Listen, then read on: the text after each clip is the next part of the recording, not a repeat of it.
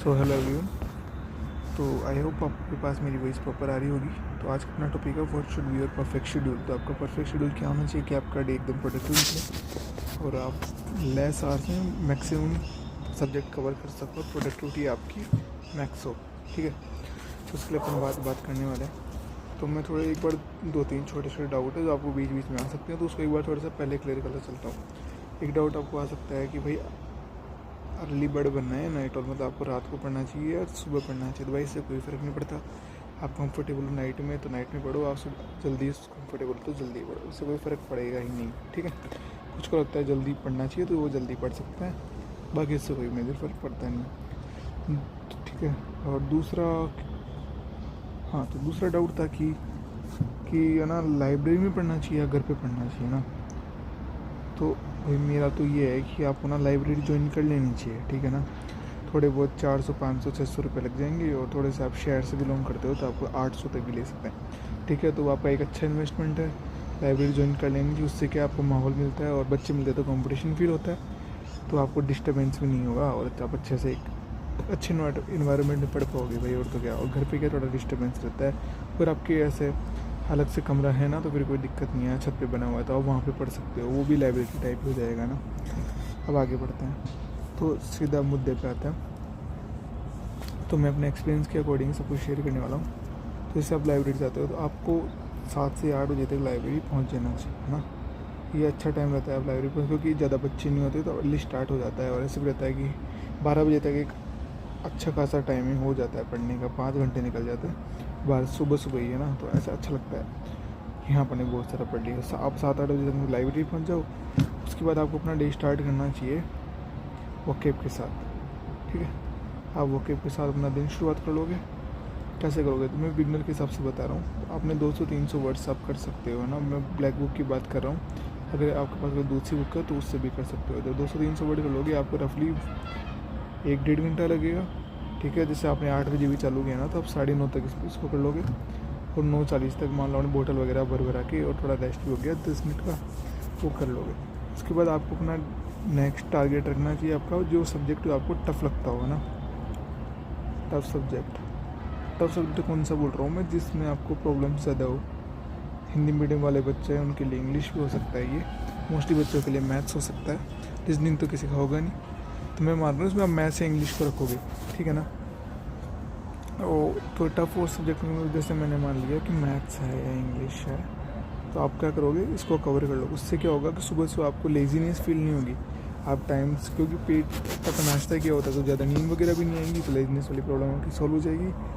और आप सुबह करोगे तो थोड़ा इंटरेस्टिंग रहेगा, माइंड में फ्रेश माइंड रहेगा, तो आपको अच्छे से चीज़ें कवर होगी। समझ गए, तो ये वीक सब्जेक्ट है ना, आपको तो दिक्कत नहीं आएगी, ऐसे बर्डन फील नहीं होगा। और सुबह कवर हो जाएगा ना तो पूरा दिन आपको लाइट फ्री होगा कि हाँ मैंने सुबह एक अच्छा सब्जेक्ट कवर कर लिया। ऐसा रहेगा कि वो करना है। समझ रहे हो ना मेरी बात को। इसमें मोस्टली बच्चे मैथ्स और इंग्लिश को रखेंगे। मैं मानता हूँ अगर आप मैथ्स को रखते हो तो मैथ्स को रख लो, इंग्लिश को रख लो, जो आपको मानो। ठीक है, जैसे आपने मान लो मैथ्स को रखा है और मैथ्स को आपने 2 घंटे सॉल्व कर लिए, जो भी आपको करना था। ठीक है, क्वेश्चन सॉल्व कर लिया, अभी क्लास थी तो 1 घंटे क्लास ले ली और क्वेश्चन सॉल्व कर लिए। ठीक है, उसके बाद मैंने 2 घंटे, तो मान लो मैंने यहाँ पे अपने 9:30 बज गए थे ना, तो 2 घंटे और जोड़ लो, 11:30 बजे समथिंग। अब यहाँ पे आप क्या कर सकते हो, एक सेक्शनल लगा सकते हो, क्योंकि आप पढ़ लोगे यहाँ पे तो थोड़ा सा बोरिंग हो जाएगा पढ़ना बार बार। तो उससे है कि एक मॉक दे दो, एक सेक्शनल मॉक दे दो। ठीक है, 20 मिनट्स का सेक्शनल मॉक, मैं मैथ्स वाले की बात कर रहा हूँ। अब तो सेक्शनल टाइम आएगा, अभी तक सेक्शनल मॉक 20 मिनट का था। 20 मिनट का आपने सेक्शनल मॉक दे दिया। अब उससे क्या होगा कि आपका माइंड थोड़ा फ्रेश हो जाएगा, क्योंकि दिमाग चलेगा सेक्शनल मॉक के अंदर। आपको फटाफट टाइमिंग की जल्दीबाजी रहेगी, तो आप फटाफट करोगे तो आपको नींद नहीं आएगी, नींद वाली फीलिंग होगी। ठीक है, मैं मानता हूँ कि जैसे 12 समथिंग बज जाएंगे तो आप लंच कर लोगे। लंच के बाद अच्छा, ये स्टिक नहीं है आपको ये फॉलो ही करना है ना, या आप अपने अकॉर्डिंग थोड़ा बहुत फ्लेक्सिबल कर सको, इसको जल्दी खाना तो जल्दी ऐसे। तो जिस मान लीजिए कि अपन ने आपने लंच कर लिया, लंच के बाद आप क्या करोगे, कोई भी अपना सब्जेक्ट लोगे जो आपका फेवरेट सब्जेक्ट हो, क्योंकि अभी गर्मियाँ चल रही है तो आपको आएगी नींद, खाना खाए बात, है ना। तो आपको यहाँ पर अपना फेवरेट सब्जेक्ट चूज़ करना चाहिए। अच्छा, फेवरेट सब्जेक्ट से मैं क्या बोलना चाह रहा हूँ कि जिसमें आपको नींद नहीं आए। ठीक है ना, कुछ के लिए इंग्लिश हो सकता है, कुछ के लिए जीएस हो सकता है, मतलब जिसमें आपको इंटरेस्टिंग सब्जेक्ट, हाँ इंटरेस्टिंग से समझ पाओगे, जिसमें आपको पढ़ने में मज़ा आता हो, नींद फील नहीं होती है ना। किसी को मैथ्स, जैसे किसी को ऐसा होता है कि मैथ्स की क्वेश्चन करने में ज़्यादा सही लगता है, तो आप सुबह यहाँ पे इंग्लिश को कवर कर लो, है ना। जैसे यहाँ पे आपने इंग्लिश कर लिया और यहाँ पे आपने इंटरेस्टिंग सब्जेक्ट के अंदर आपने यहाँ पे मैथ्स के क्वेश्चन सोल्व कर लिए। सॉरी यार, राइटिंग थोड़ी गंदी है। मैथ्स के क्वेश्चन यहाँ पे आपने सोल्व कर लिए, समझ गए ना। तो ये आपको नींद नहीं आएगी, और जो खाने के बाद प्रॉब्लम होती है ना कि नींद आ रही है वगैरह, तो वो वाला नहीं होगा। फिर आप करके, और अब चाहो तो नैप ले सकते हो बीच में 20 मिनट 30 मिनट का, वो भी अच्छा होता है ना। तो यहाँ पर अपना फेवरेट सब्जेक्ट हमने कवर कर लिया। जो इंटरेस्टिंग होगा तो आपको नींद वगैरह लेजीनेस होगी नहीं, ठीक है। और आगे क्या था, तो इसके बाद अपन मान लेते हैं आपको यहाँ पे 2 घंटे या 1.5-2 घंटे लगे। इसके बाद आपको कर लेना चाहिए एक सेकंड, यहाँ पे आप एक कर लो फुल मॉक। मैं बात कर रहा हूँ प्री का मॉक होएगा अपना 1 घंटे का। 1 घंटे में आप ना एक फुल मॉक निपटा दो। जैसे आपका फुल मॉक होगा, फुल मॉक इसलिए क्योंकि यहाँ पे नींद नहीं आएगी। मैं दिन वाला शेड्यूल इसलिए इस अकॉर्डिंग बता रहा हूँ कि ज़्यादा से ज़्यादा इंटरेस्टिंग हो, तो उससे आपका टाइम पूरा प्रोडक्टिव निकले, है ना। ऐसे आलस में नहीं निकलो, बासी ले लेके नहीं निकलो। जैसे ही आपने फुल मॉक किया, और आप साथ ही आप उसका करोगे एनालिसिस के लिए मैंने अलग से वीडियो के लिए अपलोड किया, आप देख सकते हो, ठीक है ना। आपको अगर डाउट्स हो तो कैसे करना है, क्या करना है, कितना करना है, किस सब्जेक्ट वाइज सब कुछ बता रखा है, ठीक है। तो फुल मॉक करोगे, उसके बाद आप एंड टू एंड एनालिसिस कर दोगे। मैंने मान लिया आपको एनालिसिस में 30 मिनट्स 40 मिनट्स लगे होंगे, ठीक है। बिगनर के हिसाब से बता रहा हूँ, तो आपको लग जाएंगे यहाँ पर 30-40 मिनट्स, ठीक है। उसके बाद आप चाहो तो थोड़ा सा रेस्ट ले सकते हो, 10-15 मिनट का, 10 मिनट का रेस्ट लोगे। उसके बाद आपका ये हो ही गया, ठीक है। अच्छा, एक चीज़ मैं बताना थोड़ा सा बता देता हूँ कि आपको जो एनालिसिस है ना, वो सेम डे करना है, और हो सके तो साथ के साथ ही कर दो। तो बच्चे क्या करते हैं कि अपन ने सुबह तो दे दिया मॉक, और एनालिसिस करेंगे शाम को या सोते वक्त, तो भाई वो मत करना, गलत चीज़ है। सुबह के जैसे है ना, कभी कभी अलग बात है, बट आप रोज़ ऐसा नहीं करना है। सुबह मॉक दिया साथ के साथ करो, क्योंकि जब अपनी मेमोरी में वो चीज़ें होती है, वो क्वेश्चन को कैसे किया था अपन ने, क्या दिक्कत आई थी, तो ज़्यादा इफेक्टिव एनालिसिस हो पाता है, समझ गए। उसके आप 10-15 मिनट का ब्रेक ले सकते हो, ठीक है। तो अपना यहाँ पे ना मैथ्स कंप्लीट हो चुका होगा, इंग्लिश कंप्लीट हो चुका होगा, इंग्लिश में वोकैब कंप्लीट हो चुकी होगी, ठीक है। तो मैं बात करने वाला हूँ जीएस की। तो आप शाम के टाइम पे जीएस कर सकते हो, ठीक है ना। जीएस की जैसे आपके अभी लेक्चर चल रहे हैं, तो या तो आप एक लेक्चर ले लो और एक रिवाइज़ कर लो, एक चैप्टर रिवाइज़ कर लो, ठीक है। अगर आपके ये लेक्चर से ये पूरे कंप्लीट हो चुके हैं, तो आप फिर क्या कर लो, 2 से 3 शीट्स है परमार सर की, या जो भी जिस भी टीचर आप पढ़ते हो ना, तो आपके 2-3 सामने पॉलिटी उठाई, तो शुरू के 3-4 जितने भी टॉपिक है उनको रिवाइज़ कर दिया, अगले दिन 3-4 टॉपिक रिवाइज़ कर दिए। हिस्ट्री को तो एंशिएंट की 2-3 चैप्टर लपेट दिए, ठीक है। ऐसे कर लो आप। जीएस में क्या होगा, आप शाम को कर लोगे, समझ गए ना। आप लेक्चर कर लोगे, रिवाइज़ कर लोगे, एक तो ये कर सकते हो, या फिर आपका लेक्चर्स कंप्लीट हो चुके हैं तो आप फिर रिवाइज़ कर सकते हो। उसके बाद क्या करोगे, जैसे रिवाइज़ करोगे तो आपके माइंड में चीज़ रहेगी, तो हैंड टू हैंड ना उसके क्विज़ सॉल्व कर लो आप। क्विज़ से आपके पास मॉक्स होंगे सेक्शनल, क्विज़ और मॉक्स आप सॉल्व कर लो। उससे क्या होगा, आपको हैंड टू हैंड एक बार अच्छे से वो चीज़ें माइंड में फिट हो जाएगी, क्योंकि आपने जस्ट पढ़ा है और जस्ट रिवाइज़ कर लिया, मॉक्स लगा लिया, अच्छा लगेगा ना। बोर भी फील नहीं होगा, बोर इनसे फील होगा ना रिवाइज़ वगैरह से, तो वो खुद से आपको थोड़ा फ्रेशनेस फील होगा, ठीक है ना। उसके बाद आप क्या कर सकते हो कि इंग्लिश के मॉक लगा सकते हो ना। इंग्लिश का मॉक आई थिंक 12 मिनट का होता है, तो 12-12 मिनट के 2 मॉक लगा दो, ज़्यादा टाइम नहीं लगेगा, फटाफट ऐसे थोड़े थोड़े करते करते आपके सेक्शन मॉक हो जाएगा 2, ठीक है ना। और अगर आपको टाइम अलो करता है तो आप उसके साथ एक मैथ्स का एक और सेक्शन लगा दो, ठीक है। पढ़ बहुत लिया पूरे दिन में, फिर आप मॉक्स लगाओ, मज़ा आ जाएगा। सेक्शन मॉक लगा दो यहाँ पे भी एक मैथ्स का, ठीक है। तो हो सकता है किसी को टाइम अलो नहीं, किसी को ज़्यादा टाइम लग रहा हो, जैसे मैंने बोला हो 1 घंटा, तो उसको 2 घंटा लग रहा हो। शुरुआत में ऐसा हो सकता है, बिल्कुल हो सकता है, क्योंकि मैं तो मेरे अकॉर्डिंग बता रहा हूँ ना यार, ठीक है ना। तो जैसे मैंने आपको जीएस का बता दिया, मैथ्स का बता दिया, और रीजनिंग का तो क्या होता है ना, रीजनिंग का आपको जैसे मॉक करोगे ना आप, तो उसके साथ साथ ही आपका कवर होता रहेगा। उसके लिए मेरे को लग रहा है आपको एक्स्ट्रा टाइम देना चाहिए, ठीक है। अगर आपकी बहुत ज़्यादा वीक का सिलेबस नहीं किया, तो पहले उसको सिलेबस कंप्लीट करो, फिर ये बात आएगी, सॉरी। और अगर आप जैसे आपका सिलेबस कंप्लीट है, तो फिर आपको दिक्कत आएगी नहीं, क्योंकि आपका जीएस बता दिया मैंने, इंग्लिश बता दिया मैंने, ठीक है। इंग्लिश में मैंने वोकैब बता दिया। अब कुछ को लगेगा मैंने ग्रामर क्यों नहीं बताया, तो भाई वोकैब कंप्लीट कर लो एक बार। जैसे वोकैब कंप्लीट होएंगे ना, तो उसकी जगह आप ग्रामर को रिप्लेस कर देना। ऐसे तो बताने की बहुत चीज़ें हैं ना, आपको थोड़ा अपना खुद का माइंड भी यूज़ करना चाहिए, आप एटलीस्ट प्रिपरेशन कर रहे हो तो आई होप आपको समझ में आ गया होगा सब कुछ मैंने क्या बताया, ठीक है ना। एक बार मैं फटाफट देख लेता हूँ, अब क्या मैं प्रोफेशनल नहीं हूँ ना यार, तो मैंने वो स्क्रिप्ट लिख के बताना, चेक करना पड़ता है, कुछ रह तो नहीं गया है, ऐसा कुछ है ना। तो मैं कोई एक बार देख लेता हूँ, जस्ट अ सेकेंड। अच्छा, उसके बाद अपन बात कर लेते हैं। अब क्या होगा कि बिगनर होना, अब तो आपको थोड़ा सा टाइम में दिक्कत आएगी ही आएगी, मेरे को लग रहा है। अगर आप थोड़े से 1-2 अटैम्प्ट दे चुके हो ना, तो फिर क्या होगा, आपके पास यहाँ पे ना टाइम बच जाएगा।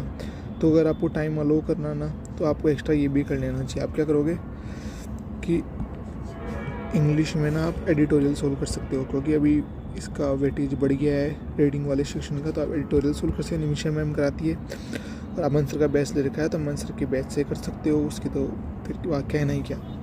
ठीक है, दूसरी चीज़, इन दोनों में से आप कुछ भी कर सकते हो। आपको लगेगा कि मेरे तो ये ज़्यादा वीक है तो मैं तो ये करूँगा, कुछ भी कर सकते। उसके अलावा आप क्या कर सकते हो कि शीट्स या आपके जो कंसेप्ट नोट्स हैं ना, उनको रिवाइज़ कर लो। और जो भूतेश सर के स्टूडेंट्स हैं, उनके पास QRP मिलेगी, एक्स्ट्रा प्रिविलेज। तो आप QRP रिवाइज़ कर लो। QRP की तरह पूरा चैप्टर रिवाइज़ कर दो फटाफट। या आप शीट्स, आपने 2-3 बार शीट्स कर लिए तो फटाफट ऊपरी शीट्स देख लो।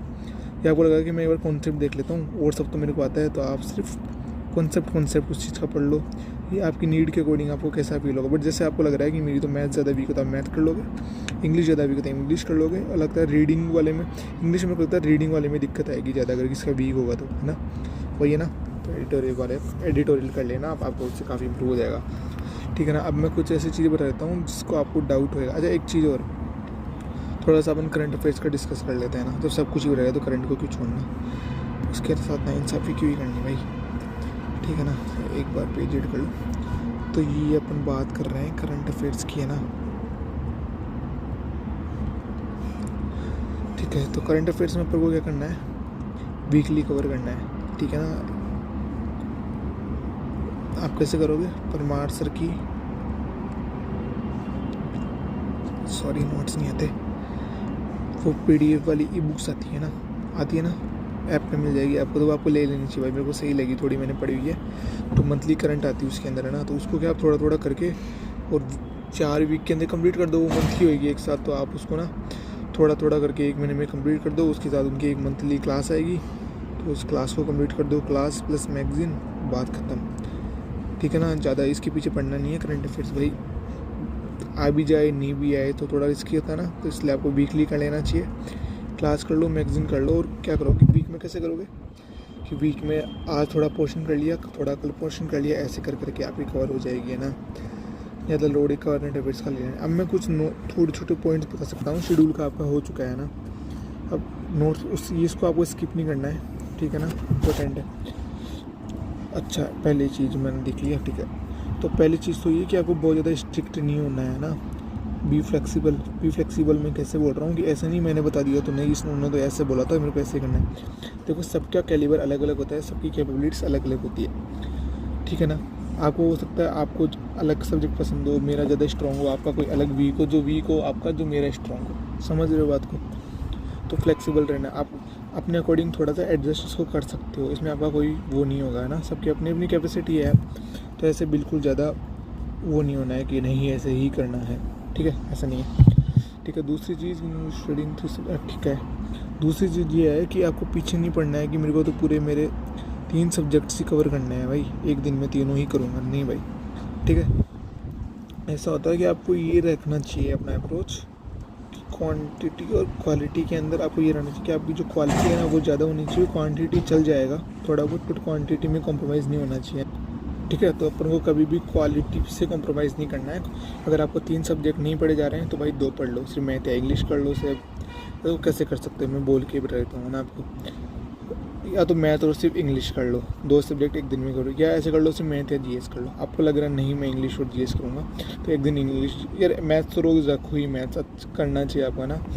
थोड़ा टफ भी पड़ जाता है जिनका वीक है उनके लिए। तो मैथ पहले दिन मैथ इंग्लिश कर लो, सेकंड डे मैथ को GS के साथ रिप्लेस कर दो, दूसरे दिन मतलब मैथ और GS कर दो, मैथ प्लस GS, दूसरे दिन फिर मैथ प्लस इंग्लिश, फिर चौथे दिन फिर मैथ प्लस GS।